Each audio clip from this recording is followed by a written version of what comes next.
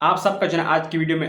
Welcome करता हूँ। आज जो है ना हम जिन टॉपिक के ऊपर डिस्कस करेंगे उसमें पहले बात करेंगे पीएसएल के हवाले से कि पीएसएल की नेक्स्ट ईयर की जो विंडो है वो शिफ्ट होने वाली है, कहाँ पर जो है ना वो होगी। उसके हवाले से बात करेंगे। आईसीसी ने एनुअल रैंकिंग जारी कर दी है हर टीम्स की, वो क्या है ऊपर डिस्कस करेंगे। और पाकिस्तान की ट्राई नेशन सीरीज जो है ना वो कंफर्म हो चुकी है वनडे की, कौन कौन टीमें उसमें शामिल होगी और कब के लिए जाएगी उसके हवाले से बात करेंगे। और आगे हम बात करेंगे उस्मान तारिक को कॉन्ट्रैक्ट मिला है, कहाँ पर मिला है, उन सब चीज़ों के ऊपर आज की वीडियो में डिस्कस करेंगे। चैनल को लाजमी सब्सक्राइब कर ले और आप सबसे रिक्वेस्ट है हमारे गेमिंग चैनल को लाजमी सब्सक्राइब कर ले, उसका लिंक आपको डिस्क्रिप्शन बॉक्स में मिल जाएगा। तो बात का आगाज कर लेते हैं कि पीएसएल का जो है वो शिफ्ट होने वाला है नेक्स्ट ईयर से विंडो। जैसे आपको पता है कि पिछले 2 सालों से आईपीएल के साथ कॉन्फ्लिक्ट आ रहा है पीएसएल का, क्योंकि दो back to back ICC tournament हुए, चैंपियन ट्रॉफी 2025 और टी20 वर्ल्ड कप 2026। वो इसलिए क्योंकि जिस वेन्यू में पीएसएल खेला जा रहा था उसी वेन्यू में मतलब उसी विंडो में दो back to back ICC events हुए, जिसकी वजह से हमें पीएसएल को जो है वो आईपीएल के साथ करवाना पड़ गया। और अब पीसीबी ये सोच रहे हैं क्योंकि नेक्स्ट ईयर कोई वो टूर्नामेंट नहीं है उसके दौरान, तो हम दोबारा से अपनी जो रेगुलर विंडो है फरवरी और मार्च उसको दोबारा से उसके ऊपर पीएसएल को शिफ्ट करें। और पीएसएल आईपीएल के साथ जो ना हमारा कॉन्फ्लिक्ट ना है, तो शायद इस वजह से इसलिए फिर हमारे जो ना वो थोड़े से प्लेयर भी अच्छे जो ना वो हमें मिल सकते हैं। जो विंडो आ रही है वो ये आ रही है जो मैंने आपको बताया कि फरवरी और मार्च में दोबारा से इसको स्लॉट किया जा रहा है कि मतलब चूँकि शायद ऐसा भी हो सकता है कि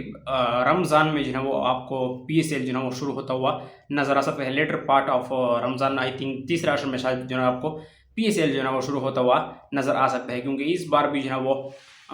21 मार्च को ईद थी। तो अगर ये फरवरी में स्टार्ट करेंगे तो शायद ऐसा हो कि रमज़ान में शुरू हो और ईद के से पहले ये लोग मतलब पीएसएल को ख़त्म कर ले। और लेकिन विंडो तो यही आ रही है कि जो फरवरी और मार्च जो हमारा रेगुलर हर साल पीएसएल होता है उसी विंडो में दोबारा से पीएसएल को शुरू करवा। लेकिन अब चूँकि अभी 2 दिन पहले ही तो पीएसएल खत्म हुआ है, तो इसलिए उस तरह से कोई इसके ऊपर ऑफिशियली अनाउंसमेंट नहीं है। लेकिन खबरें यही चल रही है कि शायद जो नेक्स्ट ईयर विंडो है वो दोबारा से रेगुलर टाइम के ऊपर आ जाए पीएसएल की, और इसकी वजह से जो स्टार्स है वो पीएसएल में आ जाए, क्योंकि उनके लिए कोई मतलब विंडो भी अवेलेबल होंगी। वरना कुछ प्लेयर तो आईपीएल की वजह से वहाँ पर चले जाते, लेकिन मुझे लगता है कि शायद आपको फिर वहाँ पर दोबारा मुश्किलात इसलिए होगी कि प्लेयर जो ना वो जो प्लेयर आईपीएल में सेलेक्ट हुए होंगे, बेसिकली इनका शिफ्ट करने का यही वजह है कि जो प्लेयर आईपीएल में सेलेक्ट हुए होंगे तो उस टाइम फिर वो उससे पहले पीएसएल में भी कहते हैं। लेकिन प्लेयर ज़्यादातर यही कहते हैं, अगर आपने 2 सालों को जो है ना वो मैं भूल गए हो तो आपको याद दिलवा देता हूँ कि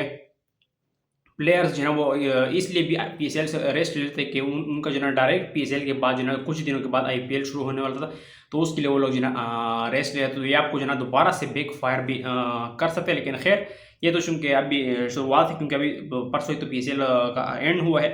तो वो तो जब आगे जो है वो खबर आएगी तो वो आपके साथ जो है शेयर की जाएगी। इसके बाद अगर बात कर ले तो पाकिस्तान की ट्राई नेशन सीरीज जो है वो कंफर्म हो चुकी है। बातें चल रही थी कि इंग्लैंड और श्रीलंका की जो ना, चूंकि श्रीलंका ने पाकिस्तान का टूर करने फॉर 2 टेस्ट मैचेस सीरीज, तो इसलिए अब पीसीबी जो ना वो चाह रहा है कि उनको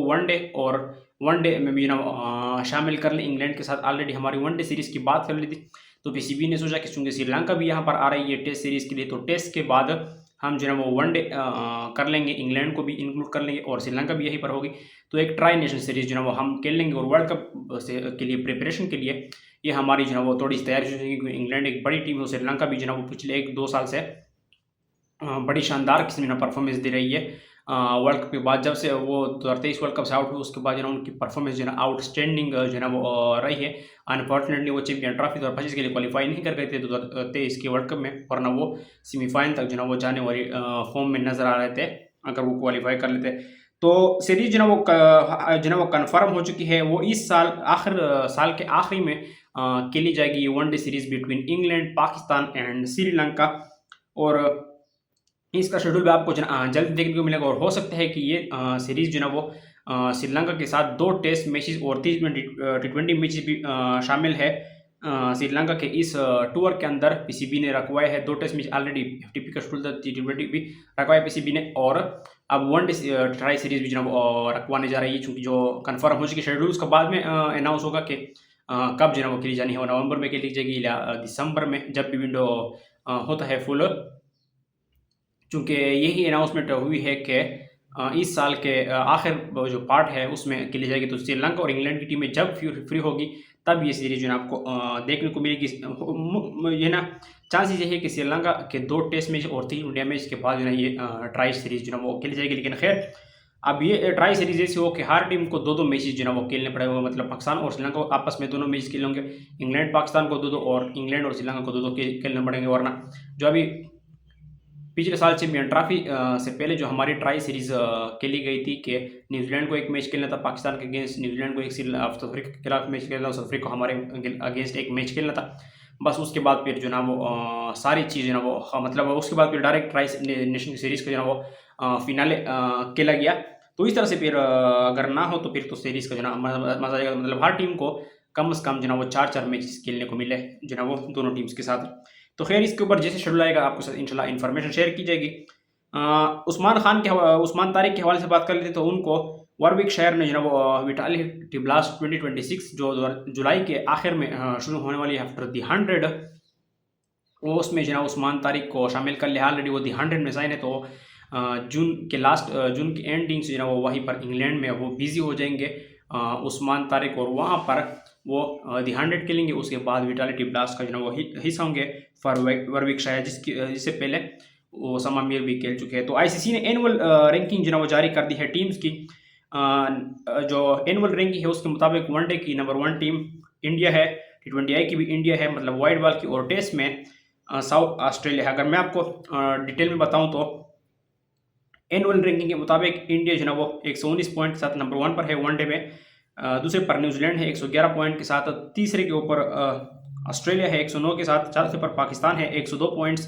पांचवें पर साउथ अफ्रीका विद 98 पॉइंट्स, छठे पर श्रीलंका विद 98 पॉइंट्स, और सातवें पर अफगानिस्तान 95,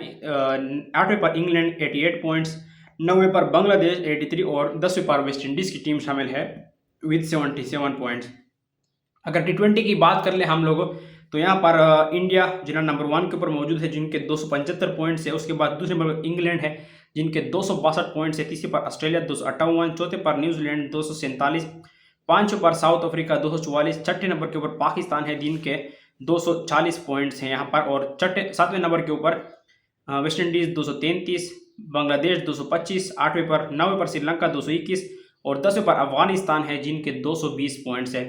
अगर टेस्ट रैंकिंग की यहाँ पर मैं बात करूँ तो टेस्ट रैंकिंग में ऑस्ट्रेलिया नंबर 1 पर है 131 पॉइंट के साथ, दूसरे पर साउथ अफ्रीका 119, तीसरे पर इंडिया 104 पॉइंट्स, चौथे पर इंग्लैंड 102 पॉइंट्स, पांचवें पर न्यूजीलैंड 101 पॉइंट, छठे पर पाकिस्तान विद 89 पॉइंट्स। अभी टेस्ट सीरीज आने वाली है, पाकिस्तान के पास जो है वो चांस है इंप्रूवमेंट का, लेकिन क्योंकि जिस टीम के साथ हमारी मैच खेले जाना है बांग्लादेश, वो 9वें नंबर के ऊपर है, सातवें नंबर के ऊपर श्रीलंका 86 पॉइंट्स,